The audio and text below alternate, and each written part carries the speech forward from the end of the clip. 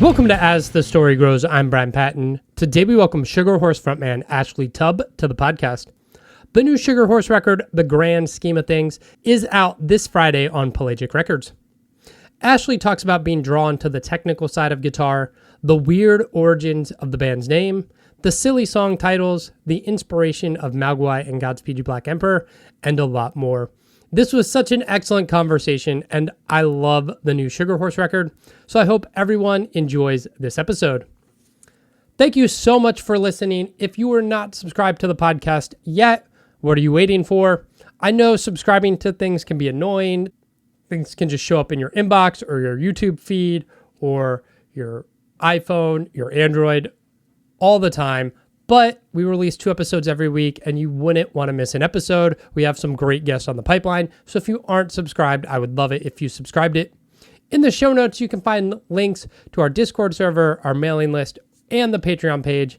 Over on Patreon, for $1 a month, you can get early access to every episode. Enjoy today's conversation with Ashley from Sugar Horse.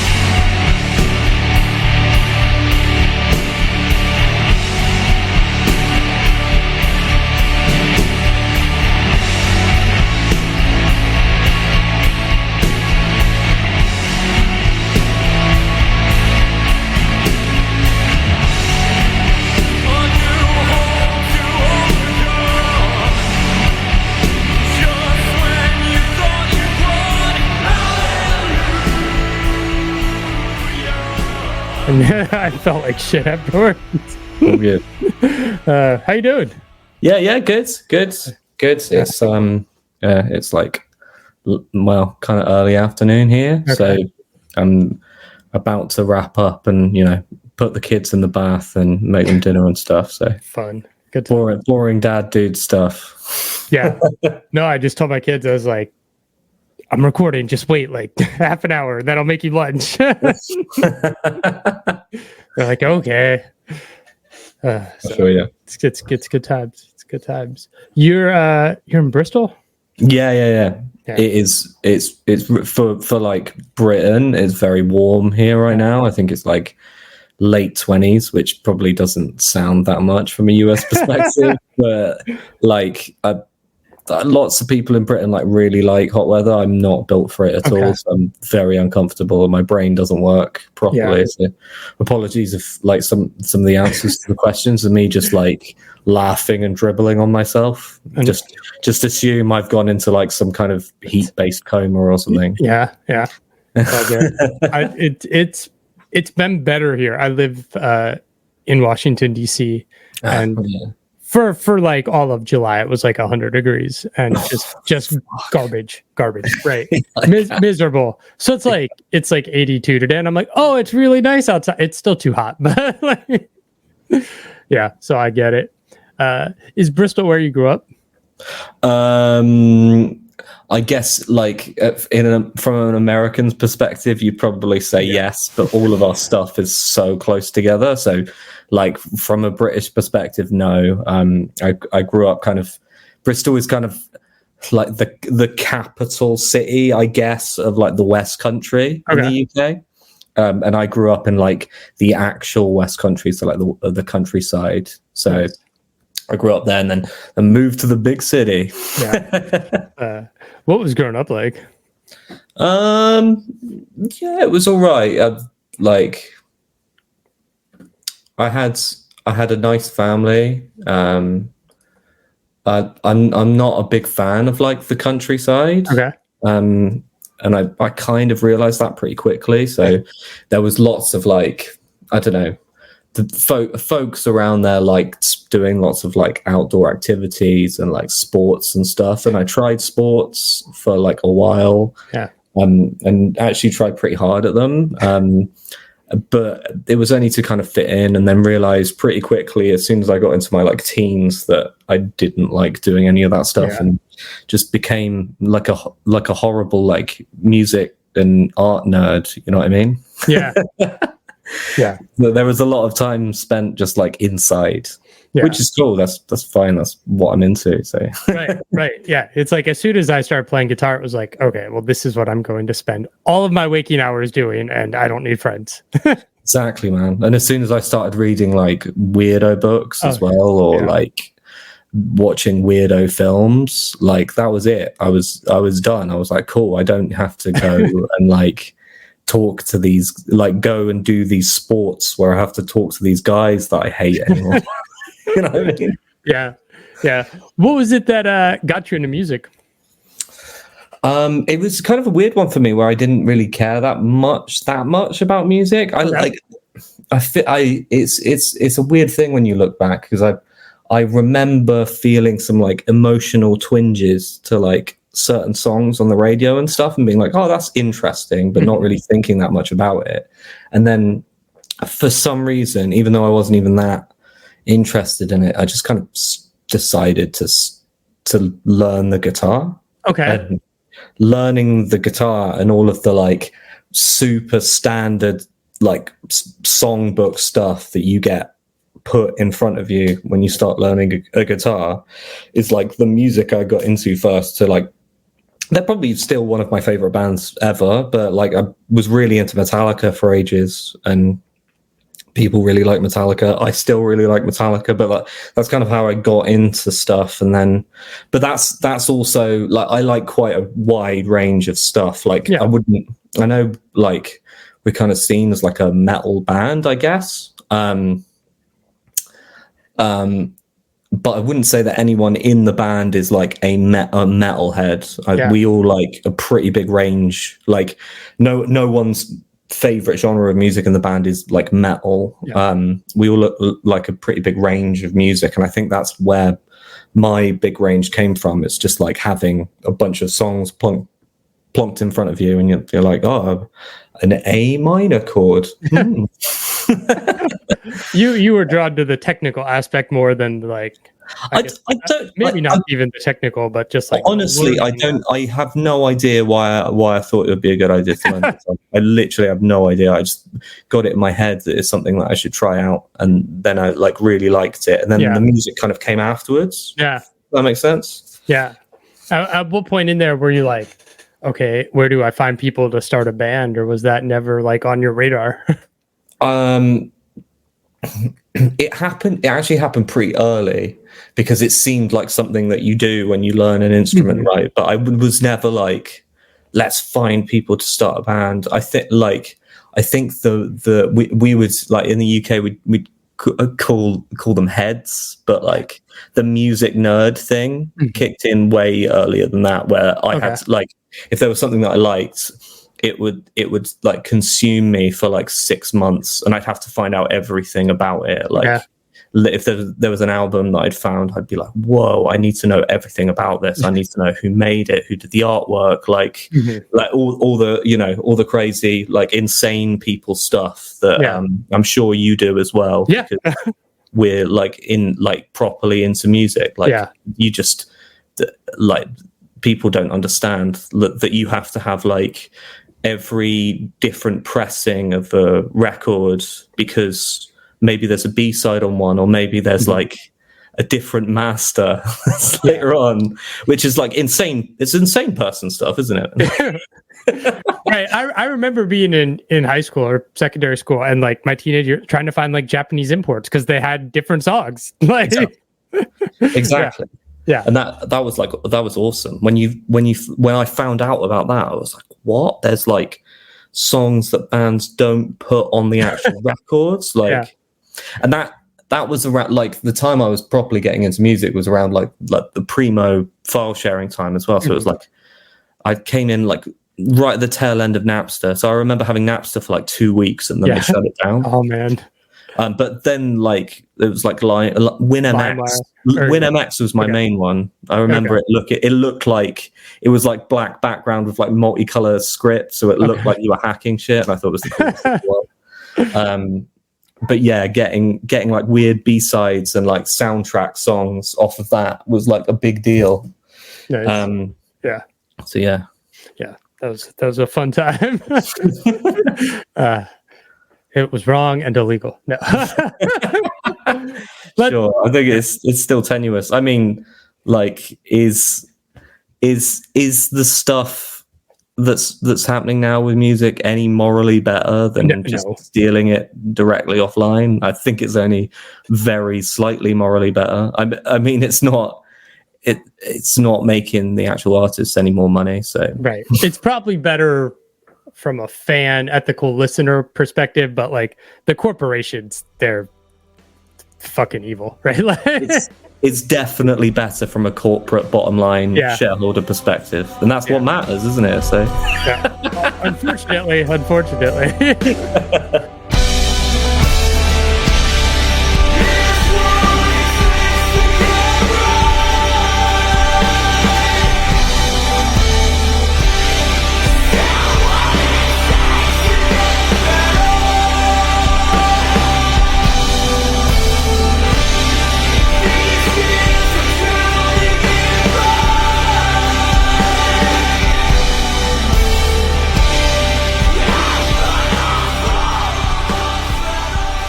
Let's talk about Sugar Horse. How did this project get started? So three of us. So Sab, the drummer, me, and Chris all like went to uni together, and then finished uni, and we all moved to. Well, we went to uni in a place called Bath, which is just down the road, which is like kind of a posh city. Okay. So it's really expensive to live in, and also has no real music going on there anymore.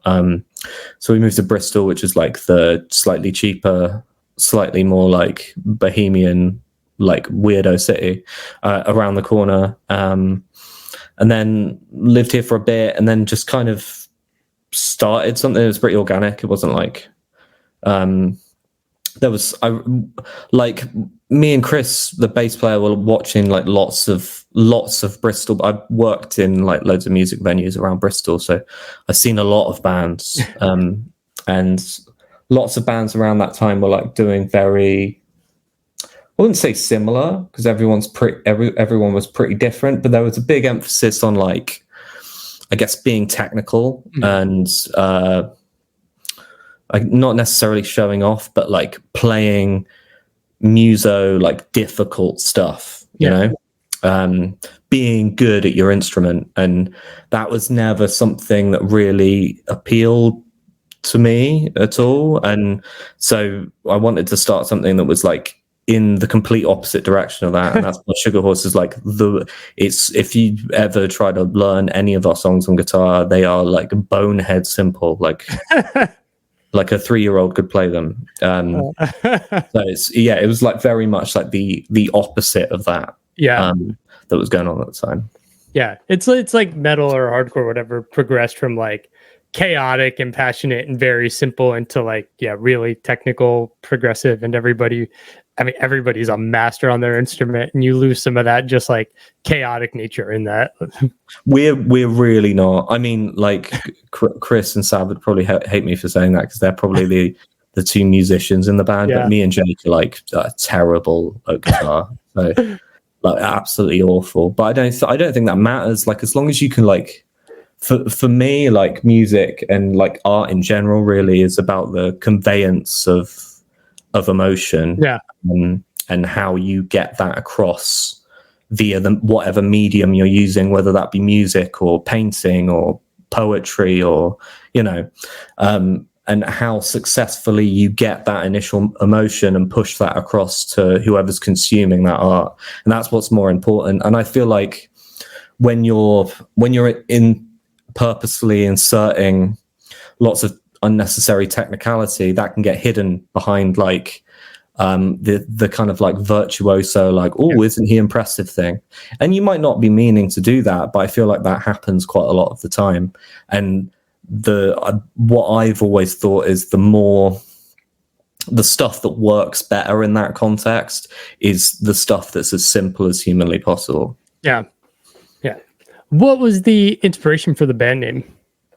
It's a really boring story. I'm slightly obsessed with like this is going to be weird for like American listeners, so apologies for this. But you got if anyone's listening to this, like look up this stuff because it's so funny and like cheap and British. But like early 2000s, that like there's a TV channel in the UK called ITV that in the early 2000s made lots of very like poor, like bad, slightly cringy, kind of cheap, like crime drama. Okay. One of them is like called Spooks, which is about like British spies, right? It's very lame, but I got obsessed with that kind of thing for a bit. Like I like stuff that's like a bit crap, you know what I mean? Okay. I think it's quite like a British sentiment, like not even like a funny way, like in quite like I just enjoy the, like, I guess it's like the kitschness of it or whatever. Okay, yeah. But yeah, there's a show called Spooks. It's about spies, and in the last series, it's all based around this like double agent, like Cold War operation called Operation Sugar Horse. So nice. that's what it's now from. Nothing deep. That's funny. You as a band have really leaned kind of into EPs and single releases. How much of that was informed by the pandemic and lockdown, and how much of that is informed by just the state of music culture now? That's an interesting one. I guess like the first one was just like it feels like that's what you do. I guess when you're a band, you release an EP first or whatever. But and then we kind of like the idea of having like shorter releases. Like music now is kind of I quite like art shifting with like mediums. I find it quite interesting. It means that like trends shift, and the way that art is delivered to people shifts. I think that's a good thing, and I think it refreshes art over the years. Even though the artist might not be making as much money, I feel like the art itself is kind of the most important thing. So, and that causes new things to be made. And I like when we did the first EP, I quite like the format of it, and then we enjoy having a kind of not so much like a concept, like a fucking like Dream Theater record, or whatever, but like a bit of an idea behind the record. Like something we've done an EP that's like 1 20-minute song, but it's broken up into like separate sections, and that takes up like one side of vinyl. So that's like an interesting way via the medium to deliver the art. You know what I mean? Yeah. And lots of it is kind of around that. So we've done quite a lot of singles, which like bands don't really do now. Lots of like SoundCloud, like hip hop artists will release like loads of singles, and I really like that. And we're like really big fans of like late 80s, 90s, like British post-punk. And there was loads of like, if you think of a band like Joy Division, all their most famous songs, none of them were on albums. They all came out, like Atmosphere and Love Will Tear Us Apart were singles only. They were never on any albums. And I kind of like that idea. So we've done lots of singles. And like this is our second album, but it's probably like release number 12. Or something, you know? So yeah, I quite like the idea of, because you can experiment more with a shorter thing, and it doesn't feel as much like a fucking Jethro Tull concept album. You know what I mean? Yeah. Yeah. Talk to me about lyrics and song titles, especially on this new record. This new record is just like gorgeous, and like the music is so elevated, but there's a very tongue-in-cheek, silliness to the song titles. Like what has been the inspiration for that? Well, I guess there's a couple different things. Like, first of all, like we're really into like a post-rock band called Mogwai. They have really stupid song titles. Yeah. Then there's also lots of like late 90s, early 2000s, like weirdo, like chaotic jazz, math rock stuff. That like Don Caballero and stuff like that. Don Cab is definitely what came to mind. Yeah. That stuff that all has like really stupid song titles. And also like in the metal world, there's a danger of just being very po-faced and like and like very self-serious, you know what I mean? And it's it's like the music has, don't get me wrong, the music itself is like really thought out, and the words, I spend fucking months on the words, working them out and making sure that I'm 100% on them, and there's lots of background to them and stuff. But like, if you listen to most of our music, it has a kind of inherent stupidness to it. Like it's like all in drop fucking Z or something, and everyone's just playing like fret 1 and fret 0 like all the time. Like, has a kind of stupidity to it. Like, so you might as well laugh at yourself a bit, you know what I mean? Sure. Have fun with it.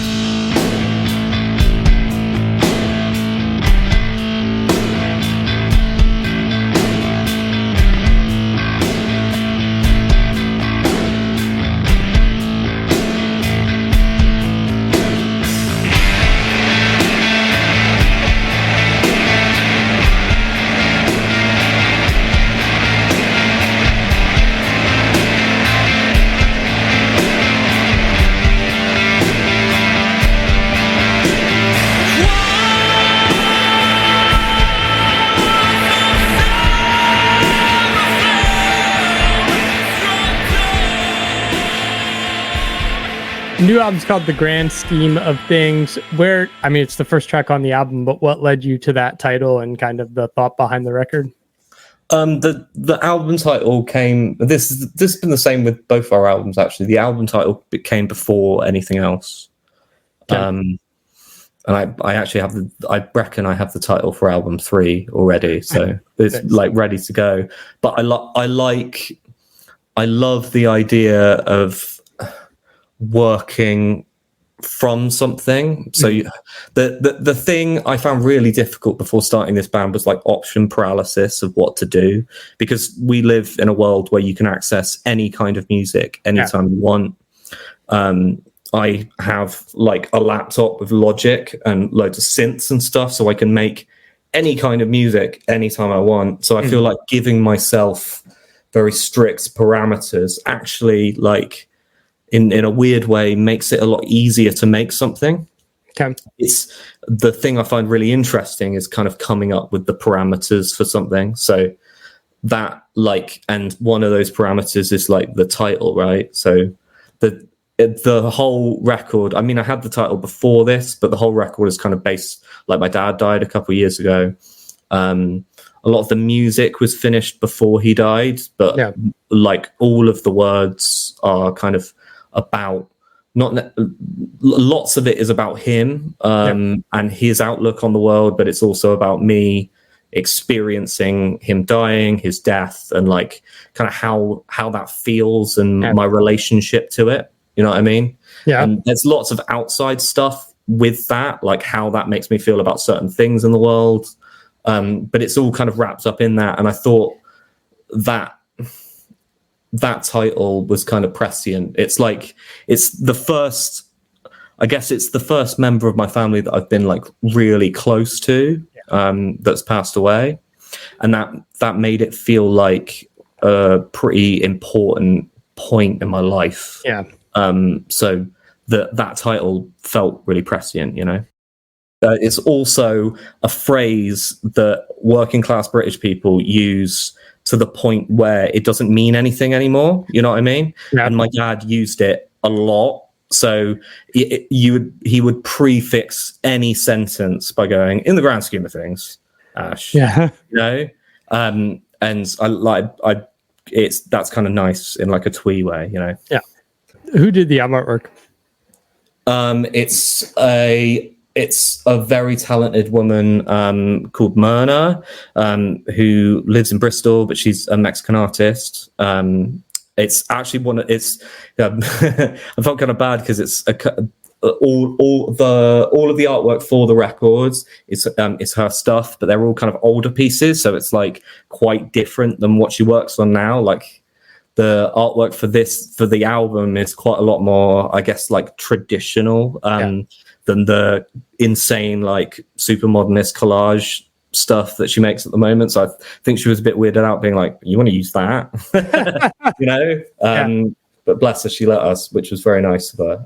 And yeah, I just, like, we were searching for stuff, and it's pretty easy, right, for a metal band to find a guy that does like metal graphic design, and we get like a metal looking record, and all of that is good, and that's absolutely fine. Like, I'm not knocking that. We just wanted something. We wanted something that was a bit different to that, and that felt like it felt almost like more organic, like you could touch it a little bit more, than something that is like a bit more cartoony, a bit more surreal, a bit more away from reality. We wanted it to feel very real, and I think that's what the artwork brings to it, really. Yeah. You keep talking about yourself as a metal band, but this record definitely shifts more atmospheric, post-rock, shoegaze. Was that an intentional direction you wanted to go?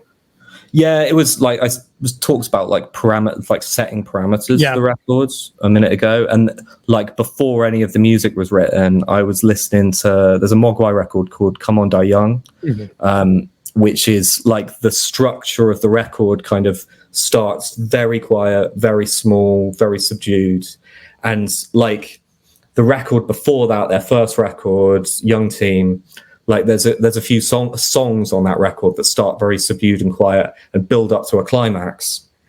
And I feel like they probably didn't do this in reality, but I feel like they took that idea and decided to spread it over the entire record instead of one song, right? So it starts really subdued, like first couple tracks, like it's really minimal and sad and there's not much happening. And then it kind of picks up, and at the end it's like mad and noisy and stuff. Yeah. And I wanted to do that in a way, but in a more surprising way where it doesn't really build up. So there's a lot of melody and like harmony and stuff in the first half, right up until the end of the first half. And then it's just like immediately like horrible, you know? Yeah. And I wanted that to be like kind of surprising. It's quite hard to shock people with music now, I think. But I gave it a good go. You know, it's not Cannibal Corpse or anything, but it feels shocking when that bit kicks in. So I'm cool with that. On the note of songs, this isn't going to come out until like the week the record releases. So, but if you don't want to talk about this, I understand too. Space Tourist, which is like a 4-minute song, and then this 20-minute atmospheric piece, which is gorgeous, and I listened to all of it. But what was the conversation and idea behind that song? Because like, there's definitely a point where I'm like, you could definitely see people being like, "Okay, I get it," and hitting the stop button. Totally, and those people are cowards, and you can press that. Well, for one, like every member of the band is really into like ambient and drone music, so we're big into that stuff. So like Windy and Carl, like Eno's music for airports, Grouper, Stars of the Lid, Stars of the Lid, all of that stuff. We're like really down with that stuff. So it like that doesn't feel weird to us. That's very normal. But sticking it like at kind of battle volume at the end of a song for a very long time actually came from like when I was talking earlier about like the medium dictating what you do with the music. It came from like a fun idea with the medium. So I could probably get it out now, but I have a copy of Godspeed You, Black Emperor's first album on vinyl, which it's called F sharp A sharp Infinity. And the reason it's called that is because on side B, it finishes with 2 chords, F sharp and A sharp, and that it has a locked groove. So it feels like it just goes on forever. But it has like that has rhythm to it, if that makes sense. So you can hear the loop. And I thought it'd be really interesting if you had kind of a rhythmless drone piece that ended the side of a record that basically you couldn't hear that loop. So it did actually just feel like it went on forever. And so the idea for then that is what's on the vinyl. So the idea for that came before making that 20 minutes. And I was like, how would you do that in digital world? Or you just make the song like insanely long. Which was fun in itself. Like there was a temptation when we were making that bit to be like, you can like now you can just take like 4 bars of music and then loop it for like 20 minutes. And I really didn't want to do that. I wanted to make it like as organic as possible. So like that 20 minutes is like probably 6 guitars and like a few keyboards and like some samples and stuff. And they're all played live, like in a room with like room mics and stuff. So it's like it is in a way like an endless dronal loop thing, but it's in reality, it's all played for 20 minutes, which was a pain in the ass to record, but you know, art must persevere. Yeah. As I understand that as a guitar player, like I'm shit about like recording a piece that's easy to loop. And it's like, I can just play this for 5 minutes. Totally. Yeah. Album's out October 4th. You guys have a few dates this fall across Europe and the UK. What's the rest of this year and like the future look like for the band? Well, we've had a kind of a couple months off from shows, which has been kind of nice. I've had some home time, so we've been like real busy for the last couple of years. But yeah, we've got a kind of release show in our hometown of Bristol, start of October, and then we go out with a band called Pine, Pijn, from over in the UK, and a band called Hippo Tractor from Belgium, who are also on Pelagic Records. Go out in, as you said, Europe and the UK, and there's a couple festivals bolted in there as well. So far, there's nothing announced for the rest of this year, although we have some stuff booked in for next year as well, that will be around UK and Europe.